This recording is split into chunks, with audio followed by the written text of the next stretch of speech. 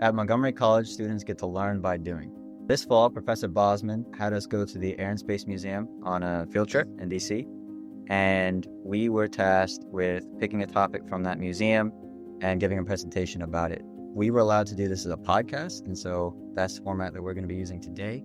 And I'm with my two classmates, Emerson and Giovana.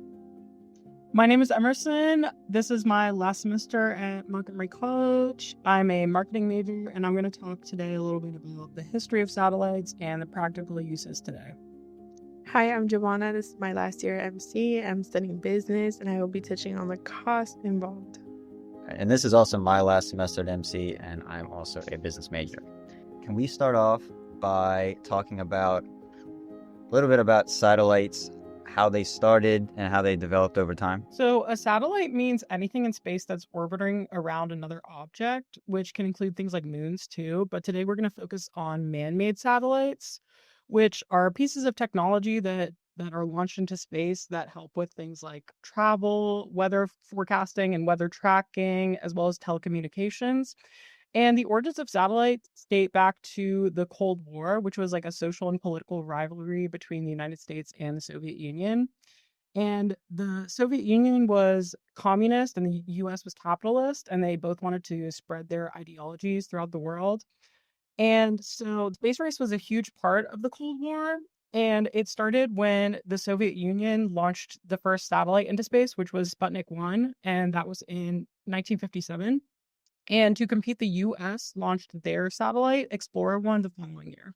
And what are some examples of how we use them today? So satellites are used in lots of different ways today. They're used for travel, telecommunications. They are used for harvesting data and tracking weather patterns. For me, I just want to throw in as an ag major, I'm really excited about satellites because they help us with what's called precision farming. So use satellites, drones, and a lot of data to help focus in on part of a field that's not doing very well, and just kind of helps you not overuse resources. So it should save us money and help the environment. So I'm excited about that. And I know you brought up travel. I use Google Maps a lot, but that's about like the extent of that. How else do we use satellites in our daily life? Yeah, so satellites play like a huge role in transportation, and they obviously play a huge role in any industry that relies heavily on transportation. Probably like the most important invention, arguably, that we have gotten from satellites is GPS, which stands for Global Positioning System. And billions of people across the world use that on a daily basis. And it's also super important for any industry that is travel related, such as like anything that has like boats, planes, trucks, anything like that. And who are the big players in that industry? One of the biggest companies right now is Spire Global, which is a company that launches satellites into space and has a constellation of microsatellites to offer different insights to people who work in like weather, maritime, or aviation. And they also track like planes, ships, and weather patterns. And it's super important for places that are across the ocean or in the Arctic and Antarctic because there's no like ground there.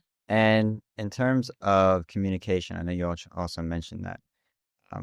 How do we use that in our daily life besides maybe the internet? Because I know that's obviously a big part of it. Yeah, so satellites play like a huge role in communication across the globe today. They help provide things like phones, TV, radio. In the Smithsonian Museum, there is an exhibit called Application Satellites, which explores like the different ways that we use satellites today in modern society. And the collection includes a piece of the Intelsat 2, which was a telecommunications satellite that was used in the 1960s. And it helped provide telecommunications, including like telegraphs, telephones, and televisions. And who are the big players in that industry? One big player in that industry is SpaceX because of their Starlink satellite system. And Starlink is super important because it's a constellation of satellites, and it helps provide like super fast internet to even like the most rural areas. And it often provides like faster internet than even like more traditional satellite companies. And it also provides telecommunication services to both the US and foreign governments. I remember when Starlink was a big thing when it first came about in northern Maine because people really didn't have access to anything like that. And and they were really excited about it. Speaking of government, how does the government currently regulate this industry, if they even do it at all? Okay, so yeah, the government plays like a huge role in regulating satellites, and it helps benefit both satellite companies as well as customers. For example, the government requires satellite companies to have like licenses and ensure that two companies are not launching satellites in the same orbital space. Um, and they also make sure that satellites are not emitting the same frequency, like essentially like competing with each other or interfering with other satellites. Governments also put like legal restrictions on like who can use satellites to make sure that like enemy countries are not potentially spying on us through satellites. And governments also have standards that satellites must meet in order to be launched. All right. I mean, it seems like they do a lot already. Is there anything that you've kind of identified they should do differently? I don't really think they should do anything differently. I think they're managing it pretty well. All right. Well, that was great. Thank you. I'm going to switch over to Giovana now, and she is going to help me with a couple other questions. So, obviously, satellites seem to be a pretty lucrative opportunity if you can control one uh, up in space. How do we go about getting them up there, and then how much does that cost? So it depends on the type of satellites and how advanced it would be. So for smaller satellites, it would be like $10 million. And then for more like larger, complex satellites, it would be like 400 million. And that's just for it to be built and launched. Is it like risky to launch them? Do issues happen a lot, or is it normally like smooth sailing once you get it off? So there's always some risk, but overall, satellite launches are very reliable. In fact, over the past 20 years, the success rate has been 95% for them to be going exactly as planned. So if something does go wrong, I would assume you're going to get some debris up in space. And I know that's an issue, but I don't know that much about it. Can you just tell me about what space debris is and why we should worry about it? So space debris could be any human-made object like pieces of spacecraft, parts of rockets, or like inactive objects like old satellites.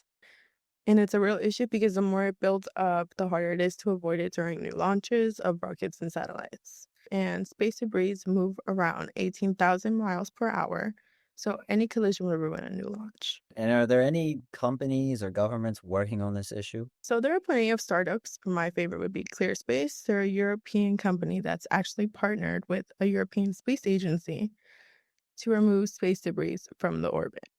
Their mission is called ClearSpace One, and it's planning to launch soon. Basically, they design robotic spacecraft that can grab old, inactive satellites or junk using robotic arms and then safely guide them into Earth's atmosphere to burn up. Do they use any other things like nets or magnets? Like I'm just thinking of other ways they may go about cleaning stuff up. Yeah, so they do use nets. They also do use harpoons. Okay. Well, hopefully we're able to deal with that because I know if we get more and more space debris and we can't get new satellites in the air, we can't launch new rockets. That'd be rough. So thank you. And I want to end up with kind of like a fun question. So if you could pick anything, what big achievement do you think humanity will have accomplished in space by 2150? Yeah, so 2150 is a long time from now. I think there could be a lot of technological advances between now and then. I think we could see potentially like satellites that build themselves or even satellites that utilize AI. We might even see like 3D hologram replicas of satellites in the Smithsonian Museum. Yeah, maybe even satellites like repair and clean themselves. It's kind of exciting, but scary to think how advanced everything could get in just 100 years. All right, so that's a wrap for this episode. I want to thank Professor Bosman and the MC Media Department for allowing us this opportunity to do this as a podcast instead of just a presentation. It was great to learn from both of you guys, and I hope whoever's listening has learned a thing or two as well. I also want to give a huge thank you to Danielle and John from the MC Media Department. Thank you for listening.